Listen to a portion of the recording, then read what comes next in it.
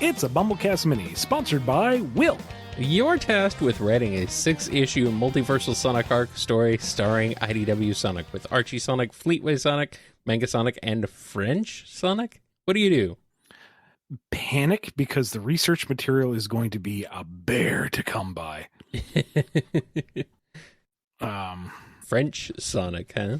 Yeah, there was if this is the one I'm thinking of, it's like a 2-issue French comic. Oh, right. Okay, yeah. Has that a kid and a princess that kind of predates the call. Okay, yeah, all right, yeah. Okay. I don't recall much more beyond that, but yeah. So I would want to find a way to research that. Obviously, I'm really rusty on my Sonic the Comic stuff. And then Archie Sonic would be a bit of a conundrum because which era? Pre-reboot, post-reboot? Do we skew more towards Sat AM? Do we skew more towards like main Archie Sonic pre-reboot? Because post-reboot, that's modern Sonic, basically. The distinction is too minute. So I don't generally know. Given the nature of it, I'd probably take the easy route with the plot line. The Eggmen come together, play off their different dynamics. The Sonics come together, highlight some of the unique characters from each incarnation to round out the supporting cast. Chaos Emeralds are maybe in the mix? Probably. Why not?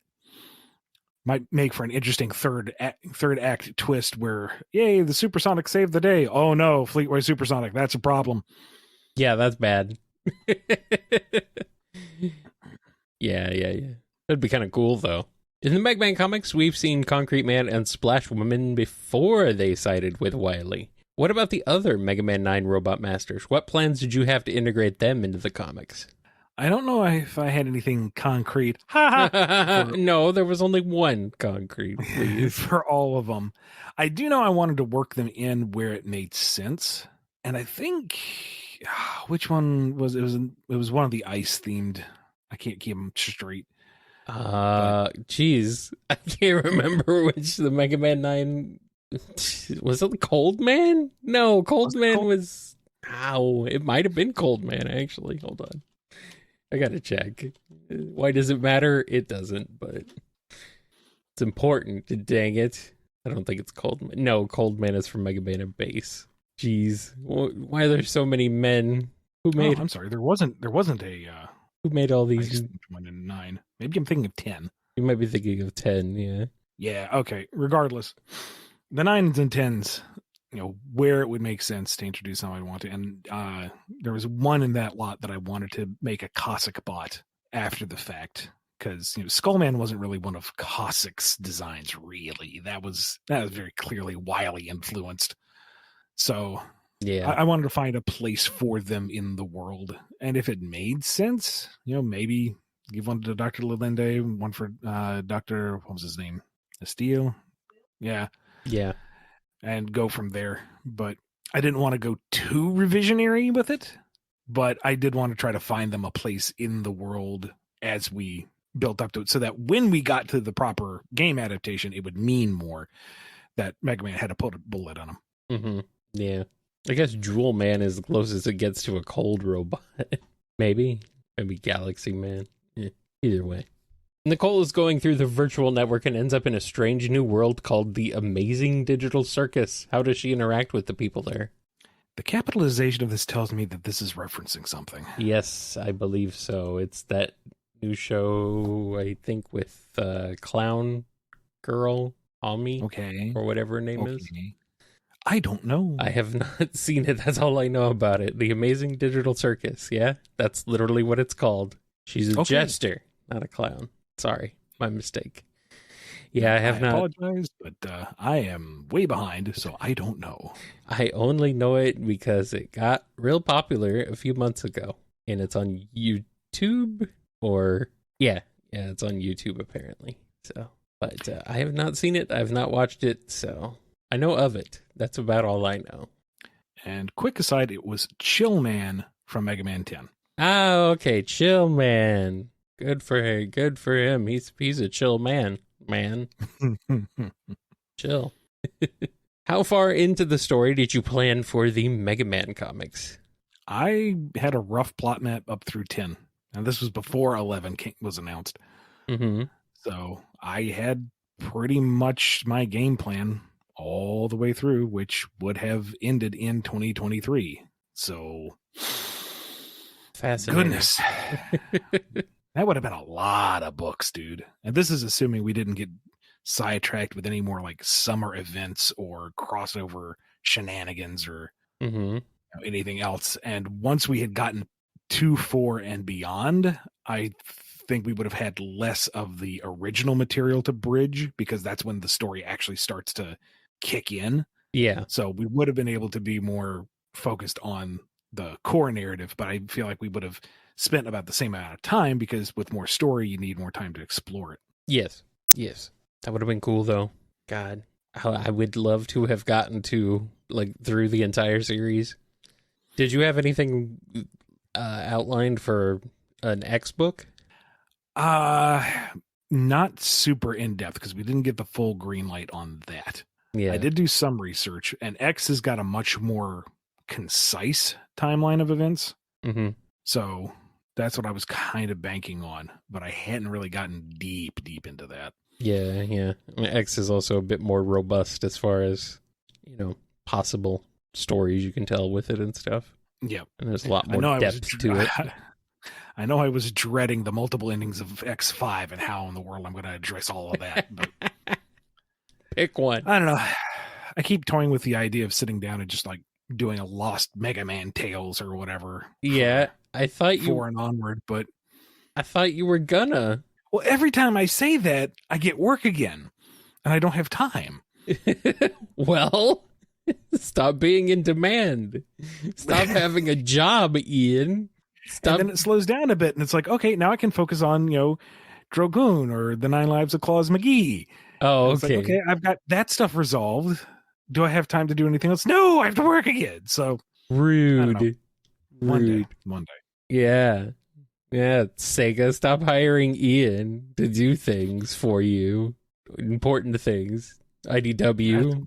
It's more than Sega and IDW. Stop it. Or anybody else. Whoever else. Aether. Leave that man alone. Don't listen to him. Give me work. I like being able to afford food. Yeah, but I like Mega Man.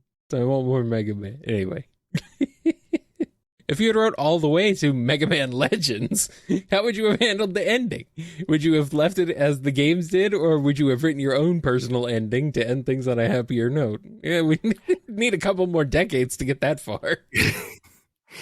In my mind, if we had gotten that, if we had gone that long, I would figure I could pretty much write anything with impunity at that point. I mean... So I would have wrapped up the Legends 2 storyline as it happened, and then just move on to what happens next. I would get Volnut off the moon. If Capcom allowed it, maybe mine what little bits and pieces we were given of Legends 3 and build off of that. I don't know. That was so far down the road. I didn't make any real concrete plans. But the thought was, if we got through Legends and Tronbon and Legends 2, do Legends 3, wrap it up, tell the next chapter. Yeah. I mean, you've talked about this before, of how, like, classic rock and roll would, like, basically be the ones on the ship to bring Volnut back. Yeah, like which ties back into what I wanted to do to wrap up Classic and, my grand vision for this property that's not mine. Well, Although if somebody from Capcom is listening, please throw money at me so I can just get this out of my system. People will like it. I promise. At least some people will. I mean, we liked it the first time. It wasn't Capcom's fault the first time, to be fair. Oh, Capcom, listen to this. Listen to this, man. Listen to us begging you to let Ian continue Mega Man.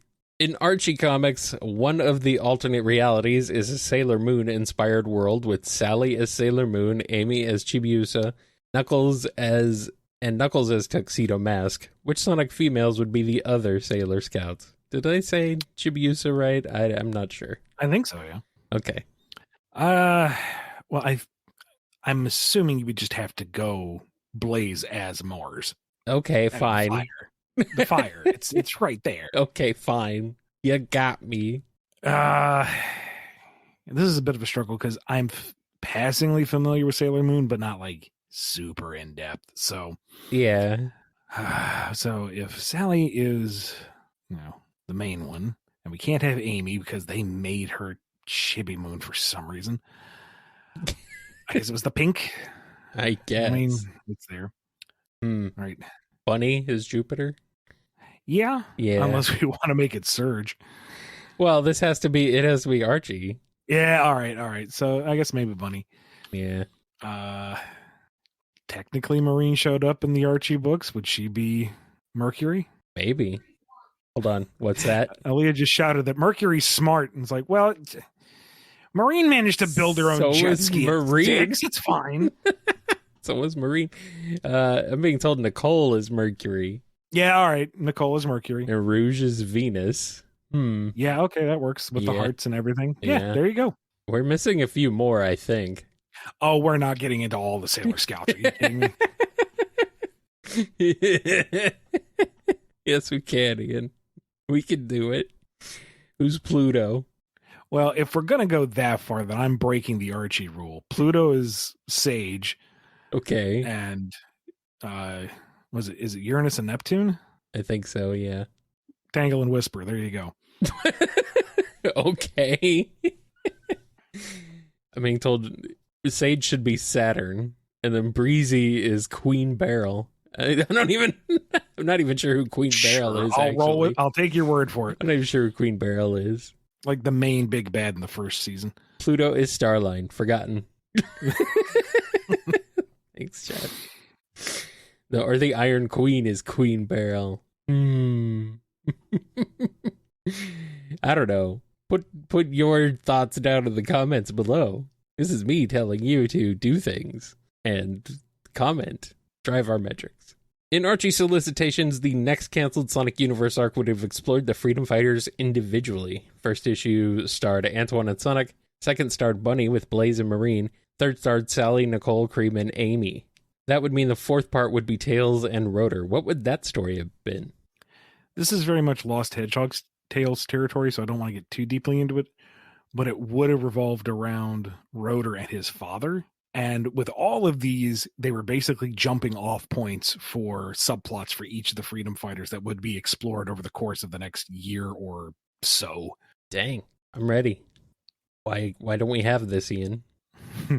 Oh, I know why. Never mind. Some secrets I cannot share. Yeah. What plans did you have involving Quake Woman had the Mega Man comics been allowed to continue? I don't think we had anything concrete beyond 4. She and Blues were going to team up to rescue Kalinka from Waltz. That was already kind of slated. But beyond that, I don't think we had anything really nailed down because we didn't want to shoehorn her in where she wasn't necessary or wouldn't bring something to the table. We didn't want to turn her into the token comic character. But we also didn't want her to fall by the wayside. Okay, now we've gotten past the story light material. Bye. See you later. Thanks for all your help. So I'm sure we would have found room for her somewhere at some point, but I don't immediately know off the top of my head. Yeah. She was the best character, though. Bring her back, Capcom. If you could just do one thing, at least bring back Quake Woman. I don't know. Well, actually, first of all, you need to bring back Mega Man again. Then you can bring back Quake Woman. Say you're tasked with writing a comic series where you're adapting card lore from Yu-Gi-Oh! Archetypes. Which archetype would you write a story about first? I have no idea. I'm sorry. 99% of my Yu-Gi-Oh! Knowledge comes from Yu-Gi-Oh! Abridged. Did they even talk about archetypes in that? They may, because they do occasionally make deep cut mechanics jokes. Yeah. And I just kind of nod along with it. It's like, they're talking the jargon, and that's funny because I have no idea what they're saying. Yeah, I don't know. But people down in the comments might. I'm gonna make them leave all the comments this time. Here, you do your own BumbleKast. You don't need us. You can have BumbleKast at home. Just add content. Stir vigorously. Yes. And for this last question, how about we revisit World Unite with a hypothetical scenario where you are allowed to do 2 more worlds? On the Sega side is Arrow the Acrobat. On the Capcom side is Ace Attorney. You can even choose the robots that would be sent to those worlds and the characters that are left over from the recruitment montage to recruit the characters of that respective world. So go ahead and let your creative juices flow. Arrow the Acrobat's not even a Sega franchise, is it? I was going to ask, is he? I didn't think he was. I don't think so, but I mean, why not? I mean, no. It's Sunsoft. Yeah. I mean, I thought it was multi-platform too. Was it Genesis exclusive? No. It was Super Nintendo, Game Boy Advance, Wii, and Sega Genesis. Oh, wow. Wii is, I believe the Wii version is just a virtual console re-release. Okay. Yeah. Because I know he got a sequel well after the fact. Arrow the Acrobat 2, yeah. That wasn't well after the fact. It was like a year. Was it? I thought they did another sequel, and everyone was like, why are we mining Arrow the Acrobat? Yeah, but I don't know. And this one was, that one was Genesis and Super Nintendo. You might be thinking of the Game Boy Advance game, which was like 2002. Maybe. Either way. It's not a Sega franchise, really, but that's okay. Anyway, let's, for the sake of argument, Sunsoft got in on the deal too. Hi, Sunsoft. So now Purple Batman is in there. Blaster Master. And this stinks because if this was classic Mega Man, we could have like Clown Man or any of the other like carnival themed robot masters. That would fit perfectly. Yeah. But like, we don't really have any like carnival themed Mavericks. I mean, I guess we could have, what was his name? Dark Necrobat? It's been a while. Sure. Back through my X lore, but I mean, they're both bats. That's as deep as it needs to be, I guess. And have Arrow just styling on him while he's trying to attack or recruit or whatever. And, Rouge wasn't part of the lineup, but we're already going nuts with character bloat. She can come in there too. And the two of them with their aerial acrobatics managed to overcome the Maverick, and he gets recruited to join the big old cameo army. Yep. Now, Ace Attorney, Phoenix was actually in the original pitch. Yeah, I remember you mentioned this.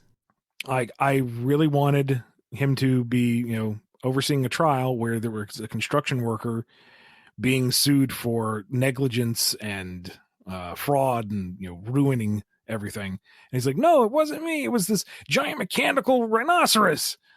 And then, like, that's when Styx comes busting through the ceiling, fighting Tunnel Rhino, going, objection!